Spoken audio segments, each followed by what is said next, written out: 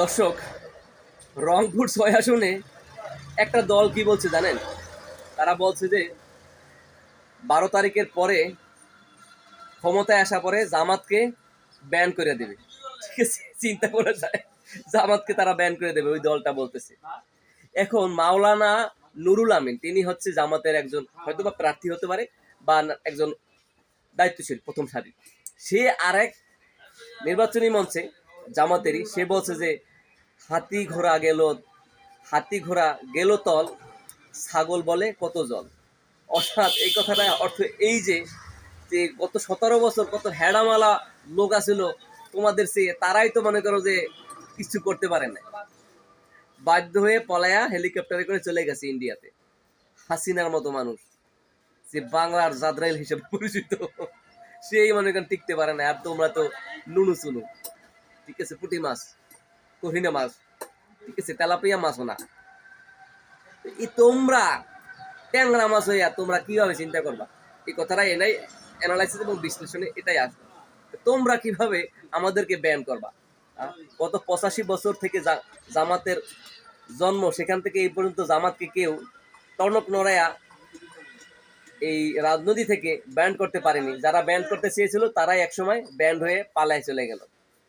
এমনকি 300 আসনের এমপি সহ সব পালাই গেল। প্রধান বিচারপতি পর্যন্ত মায়ের খেয়া বিডিআর হাতে কলা পাতায় শুয়েছিল সেই বর্ডারে। এমনকি মসজিদের ইমাম সহ পালাই গেছে। চিন্তা করতে পারেন, সেখানে তোমরা আমাদের 12 তারিখের পরে ব্যান করবা যদি ক্ষমতায় আসে। এই যে কথাটা বললো, এই কথাটার কারণে এতই জনপ্রিয়তা হারালো যারা এই কথা বললো, যে এখানে তো রংপুর ৬ আসন এখন মনে করেন যে ইচ্ছাকৃত ভাবে মনে হয় জামাতকে দিয়ে দিচ্ছে। আচ্ছা, এই ধরনের কথা বলা কি দরকার?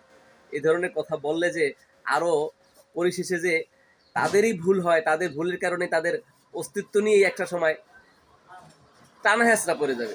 এই কথাটা তারা কেন বুঝে আসে না? মানুষ তো অতীত থেকে শিক্ষা গ্রহণ করে, কিন্তু 2024 সালের যে গণ অভ্যুত্থান, এটা তো ভাই অতীত বেশি না, তো সন্নিকটে। এর থেকেও যদি না শিখে, না জানে, না বোঝে, তাহলে কি করা হবে?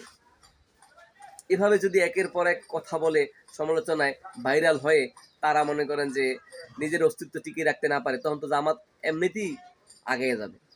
আর জামাতের এখন টার্গেট 300 আসনের টার্গেট থাকলেও তাদের 162 আসন নিয়ে তারা এগুচ্ছে। তো এখন রংপুরের যে মাওলানা নুরুল আমিনের এই কথাটা এখন পুরোপুরি ভাইরাল হলো যে হাতি ঘোড়া গেল তল, ছাগল বলে কত চল। ভাবতে পারেন? ভাবার বিষয় এটা, আসলেই ভাবার বিষয়।